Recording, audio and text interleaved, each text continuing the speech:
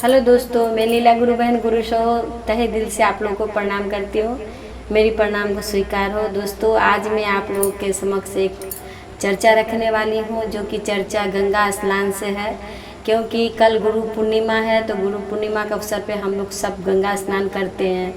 और गंगा स्नान करने का क्या फल है, हम लोग क्यों करते हैं, और गंगा स्नान करते समय में हम लोग को क्या क्या चीज़ का ध्यान रखना है, इसी सिलसिले में आप लोगों को मैं गंगा स्नान के माध्यम से ही एक चर्चा सुनाने जा रही हूँ। जो कि चर्चा इस तरह से है।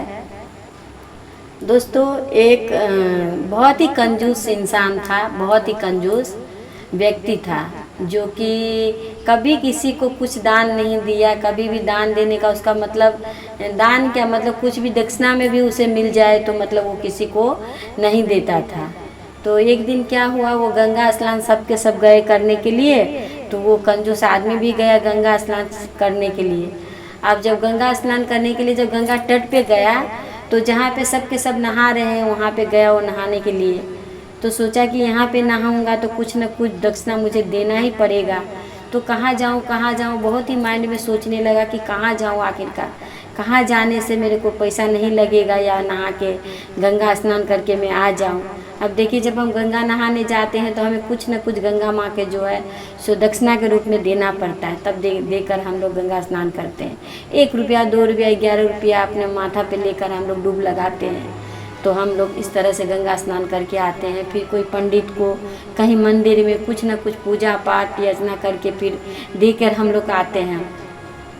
तो कंजूस आदमी तो कभी किसी को कुछ देता ही नहीं था। तो वो जब बोला अब यहाँ पर तो मेरे को कुछ ना कुछ लगेगा, तो मैं कहाँ जाऊँ, मन में सोच रहा है। तो सोचते सोचते उसे याद आई कि जिस घाट पे लहास जलाता है, उस घाट पर तो जब लहास जलेगी तभी कोई ना कोई होगा, उससे पहले तो कोई होगा नहीं। तो क्यों ना उसी घाट पे मैं चला जाऊँ। देखिए, गंगा तट पे क्या होता है, नहाने का स्नान अलग होता है, लेडीज़ लोगों का घाट अलग होता है, जेंट्स का अलग होता है। फिर देखिए, कोई मर जाता है, उसका काम क्रिया करवाने के लिए उनका भी जगह अलग होता है, अलग अलग जगह पे होता है। तो इस तरह का घाट सब बनाया गया रहता है, ताकि मतलब सबका अपना अपना काम करने का अलग अलग जगह हो। तो वो फिर गया शमशान घाट के तट पे। शमशान घाट के तट पे जाके बोला कि ये तो बहुत ही शांत एरिया है और यहाँ कोई भी लोग नहीं है। इधर उधर देख के नीचे उतरा, और उतर कर जैसे ही गंगा में डूब दिया, डूब देकर जैसे वो बाहर निकला, वैसे ही वहाँ पे हमारे महेश्वर शिव, हमारे गुरुदेव महाराज एक पंडित के रूप में वहाँ पर प्रकट हो गए। प्रकट होके कहने लगे, कहाँ स्नान करके इधर आओ, कुछ दान दक्षिणा।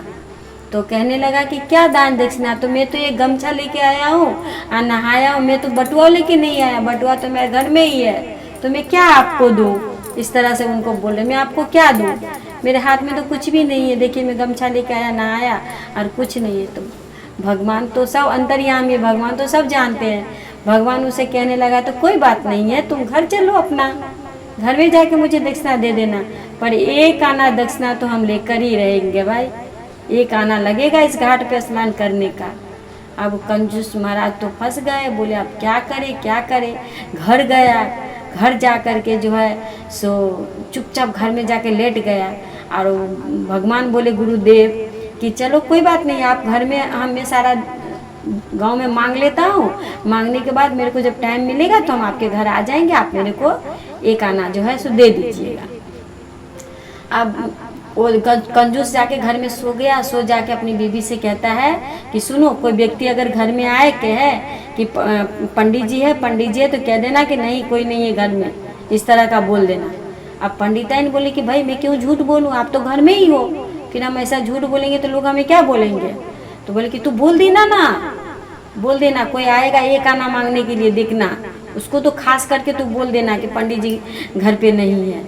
अब पंडिताइन बेचारी क्या करे, पति का हुक्म है वो तो मानना ही पड़ेगा, क्योंकि पति ने आदेश दिया है और हमारा कर्तव्य बनता है जो हमारे पति हमसे कुछ कहे उसका आदेश का पालन करें।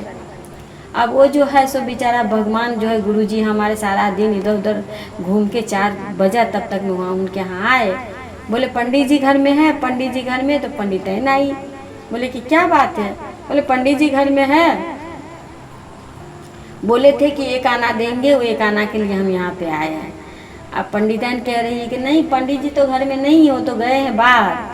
तो ठीक है कोई बात नहीं है, बाहर गए हैं, तब तक हम दरवाजे पे बैठते हैं। जब वो आए तो उनको कह दीजिएगा कि एक आना जो जिसका बाकी है वो व्यक्ति बैठा हुआ है गेट पे।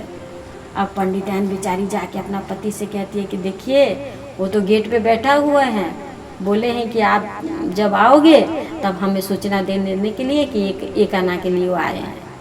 अब पंडिताइन बेचारी का पंडित बेचारा लेटा हुआ है चुपचाप। फिर थोड़ा देर बाद वो आंगन में आते हैं, गुरुजी कहते हैं क्या हुआ पंडित जी आए नहीं? तो पंडिताइन फिर घर में जाती है, कहती है कि देखिए घर आंगन में आ चुके हैं, बोल रहे हैं कि पंडित जी घर में आए नहीं। तो पंडित जी कहते हैं सुनो तुम उनसे कह देना कि उनका बहुत तबीयत खराब है, सोए हुए हैं, चले जाइए कल जाके देंगे। अब पंडिताइन कहते हैं आपका तबीयत तो नहीं खराब है, तो हम कैसे बोले उनको कि आपका तबीयत खराब है? तो तू जा ना, बोल देना ना तबीयत खराब है उनका। हाँ फिर पंडिताइन बेचारी क्या करेगी, आंगन में निकल के बोले देखिए आप जो कोई भी है, पंडित जी का तो बहुत तबीयत खराब है, पीछे के रास्ते से आए हैं बेचारा और लेटे हुए हैं, आप बोले हैं आपको कल आने के लिए। हमारे गुरु जी भी तो बहुत हट्टी, बोले नहीं नहीं कोई बात नहीं, बीमार वो है तो आप जाकर उनको बोलिए कि ये खाना हमारा दे दे, हमारा बाकी है वो दे दे हमको। पंडिताइन बेचारी क्या करे, जाके बोल रही है अपने पति से देखिए वो भी आप क्या कंजूस हो, उनसे भी बड़ा कंजूस है वही है, वो एक आना लेकर ही रहेंगे, आप बोलिए कि कब देंगे। बोले पंडित जी कह रहे हैं कि सुनो उनसे कह देना कि वो बहुत बीमार थे मर गए। पंडिताइन बोले बाप रे बाप इतना बड़ा झूठ हम कैसे बोलेंगे, आप हमको बोल रहे हैं कि बीमार थे मर गए। तो बोले कि हाँ तू जाना, ऐसा बोल देगी तो चले जाएंगे, फिर थोड़ा सा इधर उधर करके बस मैं तो उठ ही जाऊंगा, उन्हीं को तो भगाना है खाली, जाकर बोल देना। तो बेचारी पंडिताइन क्या करेगी, बोले आप क्या क्या करवा रहे हो हमको। बेचार पंडिताइन बाहर गई, जाकर के बोलते सुनिए पंडित जी तो आए बहुत बीमार थे, वो तो मर गए। अब मर गए जैसे ही बोले वैसे गुरु जी हाँ पंडित जी मर गए? तो हाँ मर गए, हो तो मर गए। तो बस बहुत जोर जोर से वो जो गुरु थे वो बहुत जो बेचारे को देखे क्या हो गया उनको, बेचारे तो बहुत अच्छा आए हैं, अभी अभी गंगा नहा करके और मुझे बोले थे कि एक आना दक्षिणा जो बाकी हो दे देंगे, अभी बेचारा देखो कैसे बीमार हो गया मर गया। अब सुनते सुनते क्या हुआ, पूरा गांव का लोग भर गया। अब पूरा गांव का लोग भर गया। पंडिताइन बोले कि देखिए आपका किया हुआ अब हम पे ही भारी पड़ गया। दोस्तों हम अगर किसी के लिए गड्ढा खूंदते तो एक बात हमेशा याद रखिएगा, जो हम किसी के लिए बुरा चाहेंगे तो पहला वार हम पे ही होगा। देखिए हम किसी को एक उंगली दिखाते हैं तो हमेशा आप याद रखिए कि आप किसी को एक तो उंगली दिखाते हो तो 3 उंगली हमारे तरफ इशारा करता रहता है कि आप भी किसी से कम नहीं हो। तो हमें किसी को भी हमेशा याद रखना चाहिए कि इस तरह का हम लोग को भाव नहीं लाना चाहिए किसी के प्रति। तो वो पंडित सब के सब आ गए। अब आने के बाद बोले कि चलो क्या करते, शमशान घाट ले जाने के लिए व्यवस्था किए। करने के बाद फिर आप बेचारा क्या करेंगे गुरुजी, वो भी बेचारा उन्हीं के साथ। अब जब डोरी उड़ी बांधा गया, बांस उस काटा गया, तो एक बार कह के पंडिताइन से पूछते पंडित जी वो गया?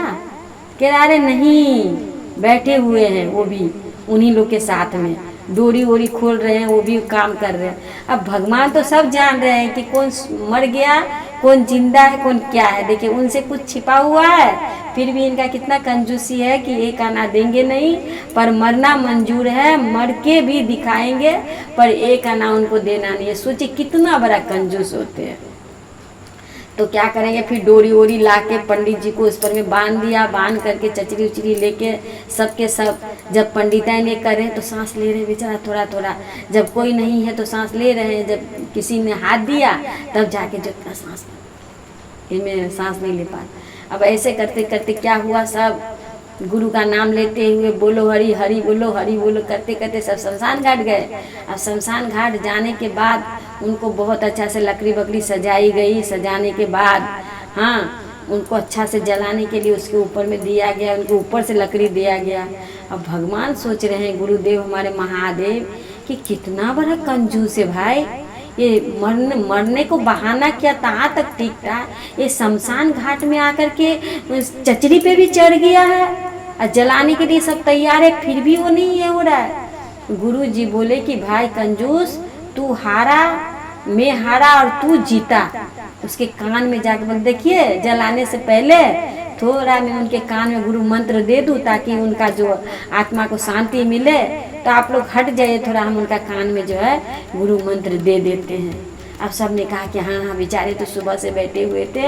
हाँ ठीक है पंडित जी, आप दोनों पंडित भाई भाई हुए, जाइए उनके कान में आप गुरु मंत्र दे दीजिए। जा कर के गुरु जी उनके कान में कहते हैं, अरे भाई कंजूस, तू इतना बड़ा कंजूस निकला कि तू मरने के लिए तैयार हो गया, मर भी गया, तू यहाँ चचरी पे चढ़ा हुआ है, तेरे को जलाया भी जाएगा, तब भी तू मेरा ये खाना नहीं दे रहा है, मतलब तू मरने के लिए जलने के लिए तैयार है।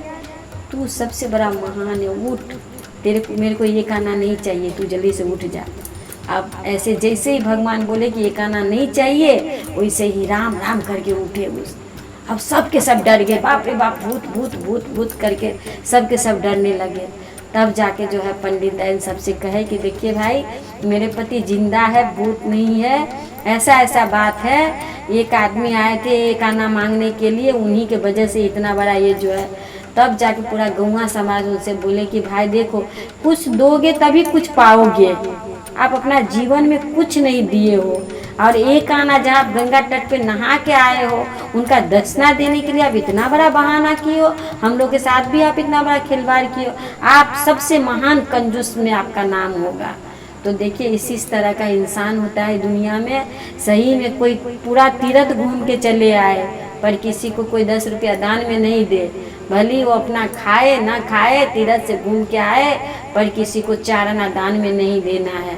पर सबको दिखाएंगे, मैं तो गया था काशी, मैं तो गया था गंगा नहाने, मैं तो यहाँ, मैं तो वहाँ, सुनाने के लिए खूब सुनाएंगे। पर उनसे पूछ लीजिए कि किसी को दान दे के आया है, तो बाबा जी का ठुल्लू दे के आए हैं। इस तरह का भी इंसान है संसार में दोस्तों।